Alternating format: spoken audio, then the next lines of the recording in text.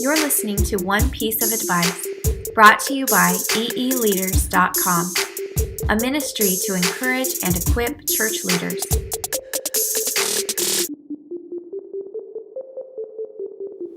Hey guys, Jim Gallagher, Calvary Chapel, Vero Beach.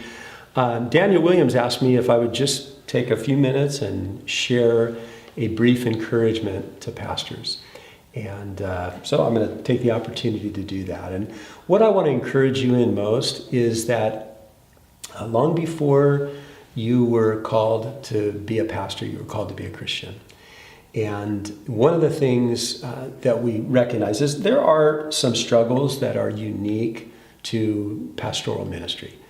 There are, things that you face because you're in pastoral ministry that you wouldn't face if you weren't in pastoral ministry. Much in the same way that if you were a coal miner, you would have struggles that are unique to coal mining.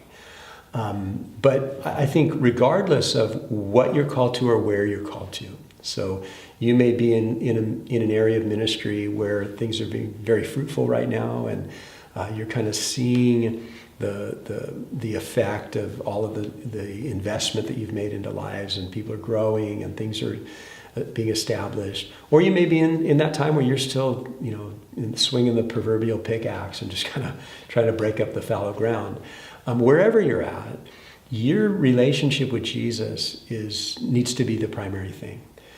That when you stand before the Lord, I don't think that we'll be standing before Him primarily as pastors. I think we'll be standing before Him as His children. We'll be standing before Him as people who were saved by His grace, and we're just supposed to walk with Him and listen to Him and do what He says. And one of the things that can become really discouraging in ministry is when we start to measure ourselves by the lack of or the abundance of the fruit of what we do, rather than measuring ourselves just by the fact that we're a child of God. And so I want to encourage you in that. I'd encourage you to make sure that you keep your devotional life healthy. That you wake up in the morning and that when you're looking at the passage of Scripture, it's not for primarily for an illustration in next week's sermon, but it's for what God may want to speak to you and how you might apply that in your own personal life, with your wife, with your children, with your sphere of influence, and focus on that. And then I'd also like to encourage you as you go out, that while your primary ministry is the local church that you're pastoring or the area of ministry within that local church that you're responsible for, you're also part of a community.